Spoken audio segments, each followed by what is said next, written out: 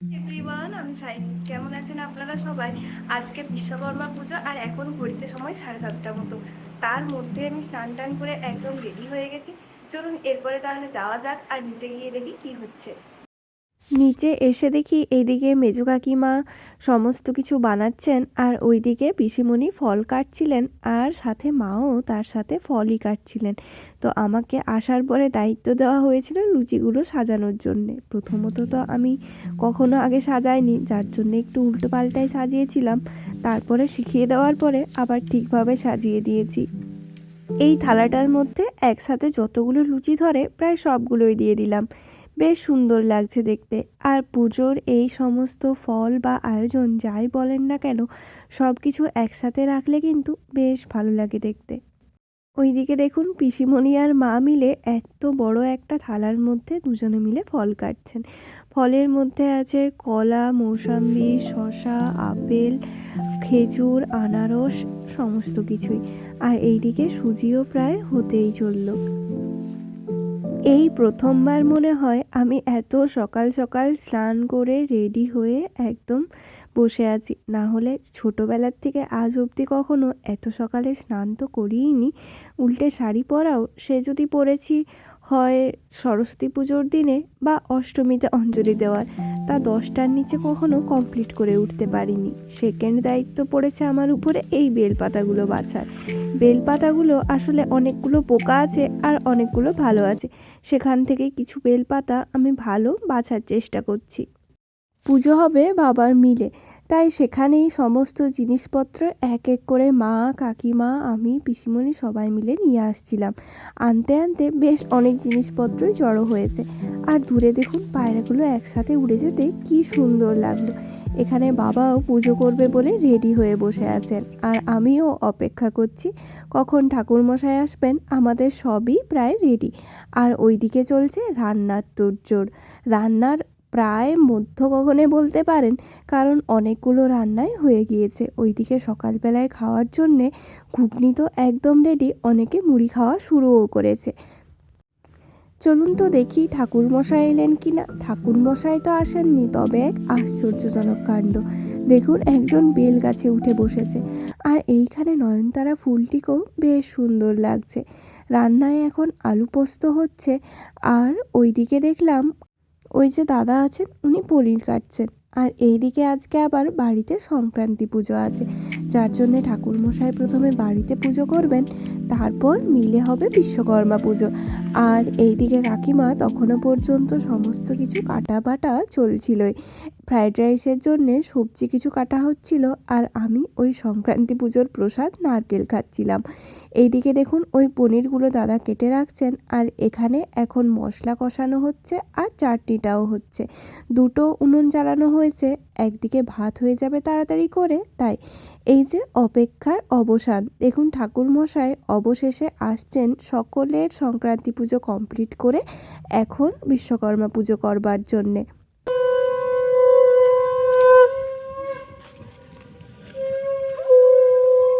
ঠাকুরমশাই পুজোতে বসে পড়েছেন আর এক এক করে সব ঠাকুরকে ফুলের মালাগুলো পরিয়ে দিচ্ছেন। মালাগুলো কি সুন্দর হয়েছে তাই না? আর এখানে সমস্ত কিছু উপকরণ ঠাকুরের সামনে সাজিয়ে দেওয়া হয়েছে।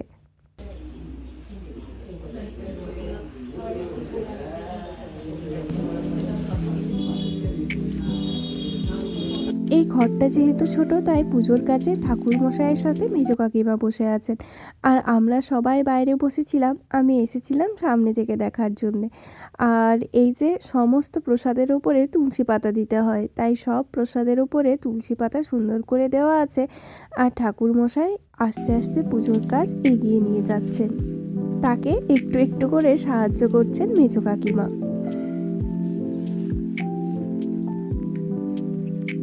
বাবা সংকল্প করবেন হয়তো, তার জন্যে পুজোয় বসে পড়েছেন। এখানে মা প্রথমে ধুনোটা জ্বালিয়ে দেবেন, তারপরে আমিই বসবো ধুনো নিয়ে। সেই ছোটোবেলার থেকে পুজোতে মেন দায়িত্ব থাকতো ধুনো জ্বালানো। যখন কালী পুজোতে সারা রাত জাগতাম তখন কিন্তু একমাত্র কাজ ছিল এই ধুনো জ্বালিয়ে রাখা। আর মাঝে মাঝে যাতে মানুষজনদের যারা রাত জাগছে ঘুম না চলে আসে, তার জন্যে জেঠু কাকু বা দাদারা চা বানিয়ে আনতো, সেই চায়ের স্বাদ ভোলবার নয়।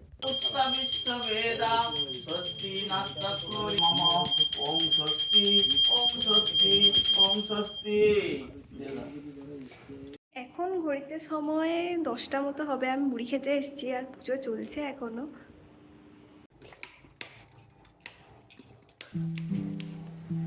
বাপরে,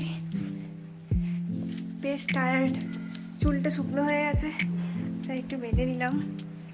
এই শাড়িটা দেখতে খুব সুন্দর লাগছে, তাই না? এই তাঁতের শাড়ি আমি প্রথমবার পরলাম, এর আগে কখনো পরা হয়নি। চলুন এসে চুল বেঁধে নিলাম, এরপরে আবার নিচে যাই, দেখি কি হচ্ছে।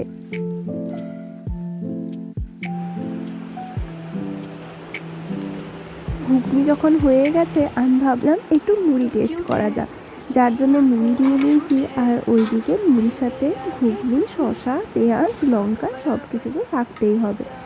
আর এখন মুড়ি খেয়ে নিই, আরও খানিকক্ষণ পরে লুচি হয়েছে সেটাও খাওয়া যাবে। বাড়িতে এই সমস্ত কিছুর কিন্তু বেশ আয়োজন থাকে, তাই না? আরও যদি সেটা হয় এরম অনুষ্ঠান বাড়ি। আমার তো খাওয়া হয়ে গেছে, আর এখন আবার পুজোর ওইখানে যাচ্ছি। তার আগে ভাবলাম একটু রান্না কত দূর এগোলো তার খোঁজ নিয়ে যাই। আস্তে আস্তে বেশ অনেক কিছুই হয়ে গেছে। এখানে মটরগুলো সেদ্ধ করতে দেওয়া আছে, আর শুক্তোর জন্য সব সবজিগুলো এক এক করে ভাজা হচ্ছে। চলুন যাই, পুজোর দিকেও কত দূর কী হলো। আর এখানে এসে দেখি এখানে মা, পিসিমণি, সেজ কাকিমা, শ্রী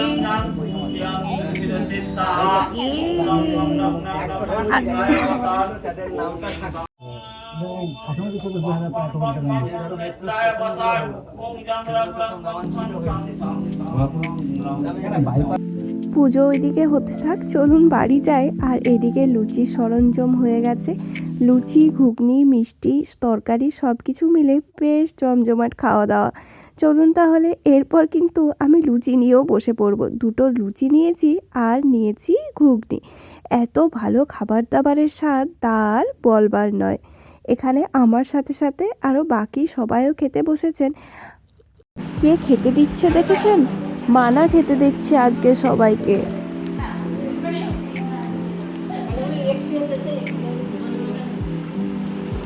খাওয়া দাওয়া করে চলে এসেছি, আর এইদিকে পুজো কিন্তু খুব ভালোভাবে সম্পন্ন হয়েছে।